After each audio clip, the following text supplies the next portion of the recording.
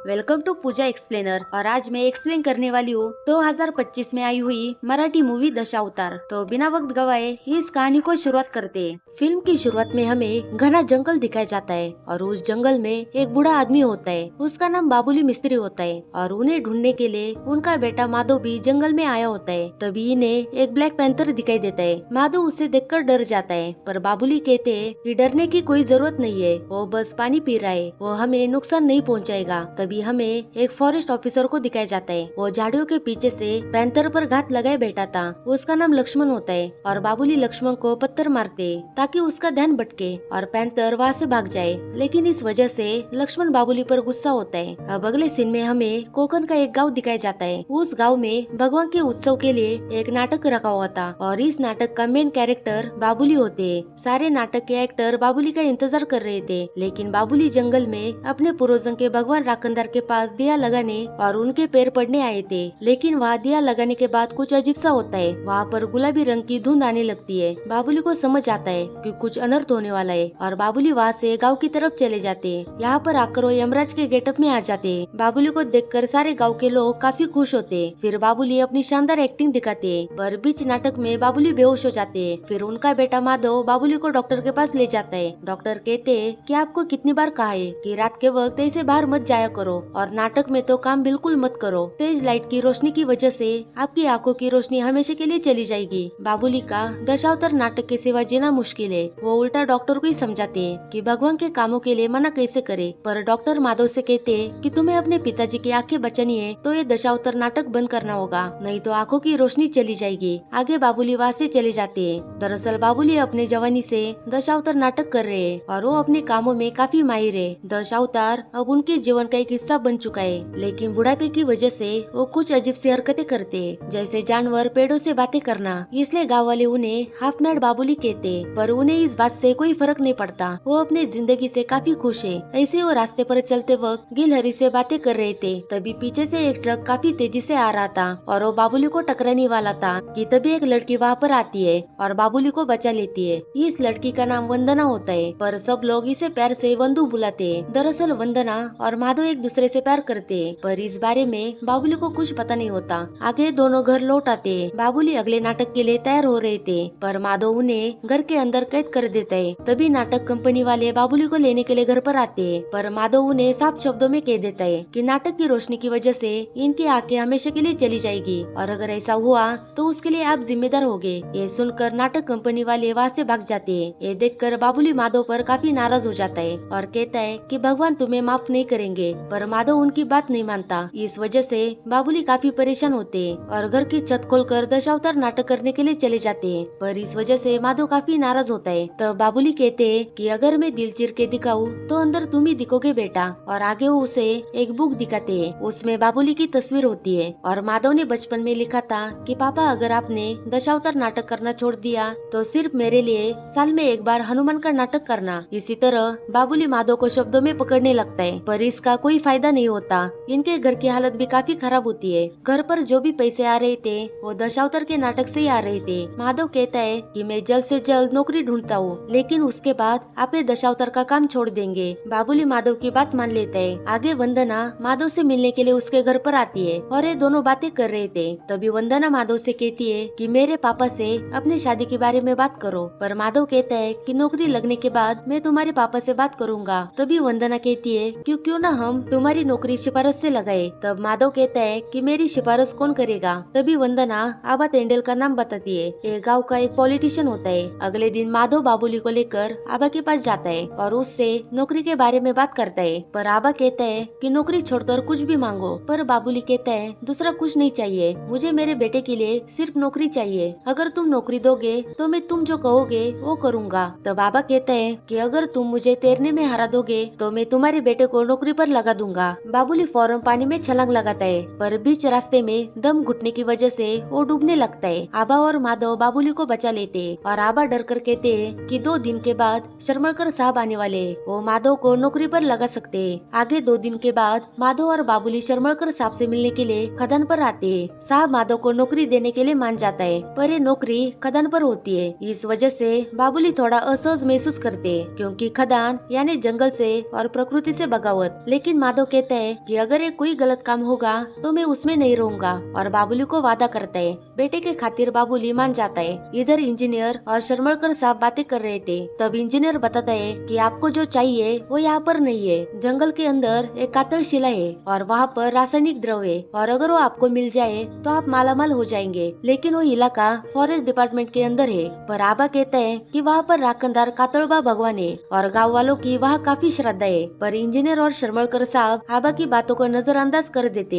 इधर बाबुली राखनदार के पास जाते और उनसे बातें करते और बताते कि माधव को नौकरी मिली। आगे वो कहते कि मेरे माधव पर ध्यान रखना और उसके हाथों से कोई गलत काम मत होने देना। इधर बाबुली और राखनदार की बातें चल रही थी कि तब तक माधव वहाँ पर आ जाता है और बाबुली से कहता है कि वादे के मुताबिक मैं काम पर लग गया हूँ, अब से आप दशावतार का नाटक नहीं करेंगे। बाबुली माधव की बात मान लेते और कहते कि मैं इस महाशिवरात्रि के दिन अपनी जिंदगी का आखिरी दशावतार करूंगा। इस बात से माधव खुश हो जाता है, पर उसे लग रहा था कि वो कुछ गलत तो नहीं कर रहा। पर वंदना कहती है कि तुम ज्यादा मत सोचो, तुम जो भी कर रहे हो वो सिर्फ और सिर्फ पिताजी के भले के लिए कर रहे हो। आगे माधव काम पर चला जाता है। उसकी जिंदगी अब अच्छे तरीके से कट रही थी। कुछ दिन बाद सैलरी भी हो जाती है। वो काफी खुश था। आखिर वो दिन आ जाता है जिस दिन बाबुली का आखिरी दशावतार होता है। इसलिए माधव जल्दी छुट्टी लेके घर जाने वाला होता है। इसलिए वो इंजीनियर सर से छुट्टी मांगने के लिए जाता है तो वो देखता है कि राखनदार कातड़बा के देवस्थान के आसपास ग्रेनेड बिछाई जा रही है। उसे कुछ गड़बड़ी लगती है, इसलिए वो ऑफिस में जाकर फाइल देखता है और उसकी तस्वीरें अपने मोबाइल में खींच लेता है और ये बात वंदना को बताता है। पर वंदना कहती है कि तुम कुछ गड़बड़ मत करो, तुम सीधे सरपंच के पास जाओ और उसे बात बताओ, वो आगे का देख लेंगे। माधव ऐसा ही करता है। इधर बाबुली का दशावतार शुरू हो जाता है, लेकिन कुछ देर बाद गाँव के लोग आकर दशावतार बंद करने के लिए कहते हैं, क्योंकि माधव ने जंगल के एक पेड़ से खुदकुशी की होती है, जिस वजह से बाबुली अंदर से टूट जाती है। इधर वंदना बाबुली से कहती है कि माधव शिवरात्रि के दिन हम दोनों के बारे में आपसे बात करने वाला था और वो काफी खुश था। वो खुदकुशी नहीं कर सकता। आगे वो कहती है कि जिस दिन माधव ने खुदकुशी की उस दिन राखनदार कातड़बा के जंगल में कुछ गलत होने वाला था, इसलिए माधव सरपंच के पास शिकायत करने के लिए गया था। ये सुनते ही बाबुली फौरन सरपंच के पास जाता है, पर आबा सरपंच बाबुली को ही कहते हैं कि तुम्हारे बेटे ने पैर में धोखा खाने की वजह से खुदकुशी की। पर इस बात पर बाबुली को भरोसा नहीं होता, इसलिए सरपंच बाबुली को सबूत ढूंढ कर लाने के लिए कहता है। फिर बाबुली माधव के खुदकुशी वाली जगह पर जाता है और सबूत ढूंढने लगता है, पर उसे कोई भी सबूत नहीं मिलता, इसलिए वो एक पत्थर के ऊपर बैठ जाता है। तभी वहाँ पर एक कीड़ा माधव के मोबाइल फोन पर बैठता है और उसका मोबाइल बाबुली को मिल जाता है। बाबुली वो मोबाइल लेकर घर चला आता है और वंदना को दिखाता है। उस मोबाइल में एक रिकॉर्डिंग होती है, उसमें माधव चिल्ला रहा था कि मुझे बचाओ, और उस रिकॉर्डिंग में सरपंच आबा की आवाज होती है। इसलिए बाबुली वो मोबाइल लेकर पुलिस स्टेशन जाता है, पर इस सब में पुलिस भी मिली हुई थी और वो बाबुली से मोबाइल ले लेते और वंदना को माधव की खुदकुशी के केस में फंसा देते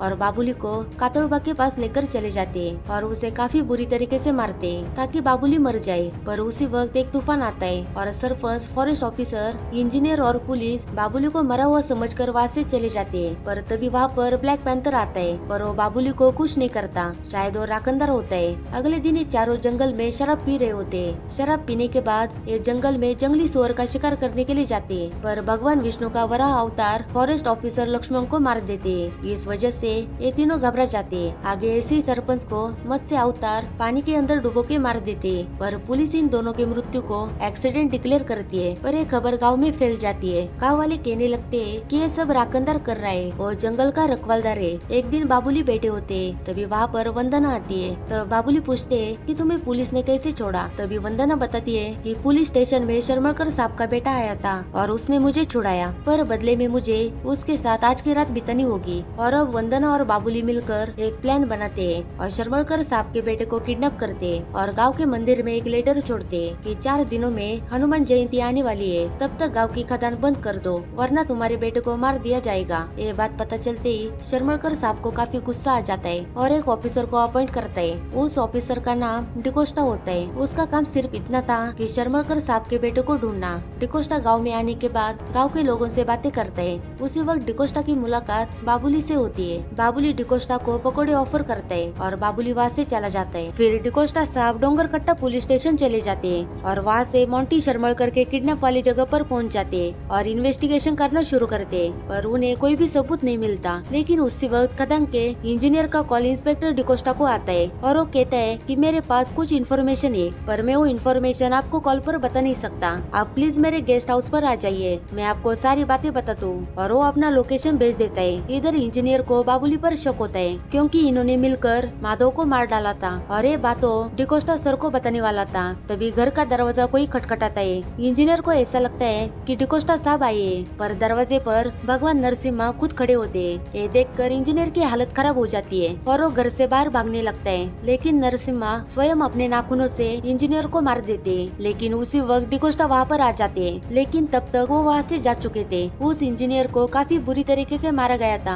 इस वजह से पुलिस काफी घबराया हुआ था क्योंकि अब वो अकेला ही बचा हुआ था। उसे ऐसा लग रहा था कि राखनदार इन पर नाराज है, लेकिन डिकोस्टा को इनके किसी भी बात पर भरोसा नहीं होता। उन्हें लगता है कि इंजीनियर जंगल में मारा गया और मोंटी भी जंगल में ही गायब हुआ, यानी कि जंगल में कुछ तो गड़बड़ है। इसलिए डिकोस्टा डॉग स्क्वाड और लोकल लोगों की एक टीम बनाने के लिए कहते हैं। अगले दिन पुलिस फोर्स और वही के कुछ लोकल लोग जंगल की छानबीन करने के लिए जाते हैं। इधर हमें बाबुली को दिखाया जाता है। उन्होंने मोंटी को बांध कर रखा हुआ था और उसके लिए उन्होंने पकौड़े भी लाए थे, पर मुंह खोलने पर मोंटी चिल्लाने लगता है, इसलिए बाबुली उसका मुंह बांध देते। लेकिन मोंटी बाबुली को चकमा देकर भाग जाता है। आगे कुछ ही देर में रात हो जाती है। सारे पुलिस जंगल में ही होते हैं, पर उन्हें मोंटी कहीं नहीं मिलता। पर मोंटी को बाबुली पकड़ लेते। आखिरकार पुलिस निराश होकर वापस लौट आते, लेकिन परब को जंगल में एक पेपर मिलता है और उस न्यूज़पेपर से पकौड़ों की स्मेल आ रही थी। परब वो पेपर डिकोस्टा सर को देता है। जब डिकोस्टा वो पेपर देखते हैं तो उन्हें याद आता है कि ये वही पेपर है जो उन्होंने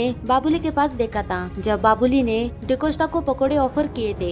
डिकोस्टा को बाबुली पर शक होने लगता है। तभी इन्हें खबर मिलती है कि गांव के मंदिर पर किसी ने एक चिट्ठी छोड़ी हुई है। जब वे वहाँ पहुंचकर वो चिट्ठी पढ़ते तो उसमें लिखा होता है कि अदिति जैसे आप आए हो वैसे वापस चले जाओ। तुम सिर्फ इस बात पर ध्यान दो कि हनुमान जयंती 48 घंटों में आने वाली है। उससे पहले खदान बंद करो वरना मोंटी को मार दिया जाएगा। ये सब देखने के बाद डिकोस्टा बाबुली के घर जाते हैं। बाबुली घर पर ही होता है। डिकोस्टा कहते हैं कि मुझे पता है कि इस सब के पीछे तुम ही हो, लेकिन बाबुली कहता है क्या आप कोर्ट में पकोड़े का पेपर दिखाओगे। ये सुनकर डिकोस्टा वहाँ से जाने लगता है, पर वो जाते वक्त बाबुली को घर के अंदर बंद कर देता है और वहाँ से चला जाता है। बाबुली काफी चिल्लाता है, पर उसकी बातें कोई नहीं सुनता। कुछ देर बाद वहाँ पर परब आता है। बाबुली परब से मदद मांगता है, पर परब बाबुली के घर पर पेट्रोल छिड़क कर उसका घर जला देता है। लेकिन बाबुली घर की छत खोलकर वहाँ से भाग जाता है। अगले दिन सारे गाँव वालों के मोबाइल पर एक वीडियो आता है। ये वीडियो मोंटी का होता है। मोंटी गाँव वालों को बता रहा था कि मेरे पिता का खदान का प्रोजेक्ट जानलेवा है, इससे गाँव वालों का काफी नुकसान होगा। और मोंटी अपने पिता से रिक्वेस्ट करता है कि खदान का काम रोक दो। ये वीडियो शर्मलकर साहब देखते हैं और फौरन डिकोस्टा को कॉल करते हैं। डिकोस्टा अपनी इन्वेस्टिगेशन और तेजी से करने लगता है और मोंटी का वीडियो बारकाई से देखने लगता है। तब उसे पता चलता है कि इस वीडियो में एक लड़की भी शामिल है, क्योंकि वीडियो में उसकी परछाई नजर आ रही थी। पुलिस वंदना को पकड़कर पुलिस स्टेशन में लाते हैं, पर काफी पूछताछ करने के बावजूद वंदना कुछ नहीं बताती। लेकिन उसी वक्त वंदना वॉकी टॉकी पर एक मैसेज सुनती है। उस मैसेज में बता रहे थे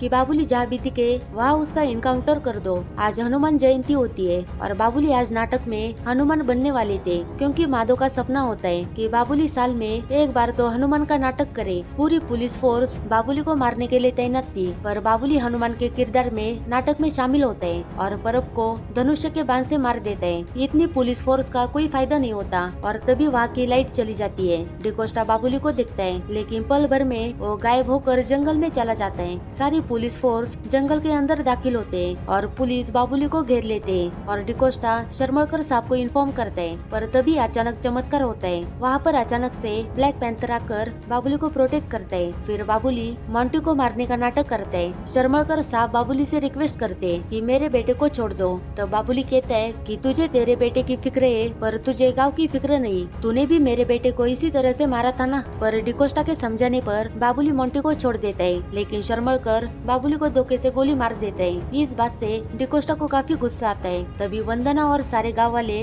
बाबुली की मदद करने के लिए आते हैं, पर बाबुली अपनी आखिरी सांसें गिन रहा था। डिकोस्टा भी गाँव वालों की तरफ से होता है, लेकिन शर्मलकर वहाँ से भाग रहा था। पर सारे गाँव वाले उसे पकड़ लेते और उसका काफी बुरा अंजाम करते और अपने भगवान और अपने जंगल को बचा लेते। वही मरने से पहले बाबुली आखिरी बार कातोड़बा राखनदार को दिया लगाते और अपने बेटे के याद में अपनी जान छोड़ देते। और इसी के साथ मूवी यहाँ पर खत्म होती है। Thank you for watching.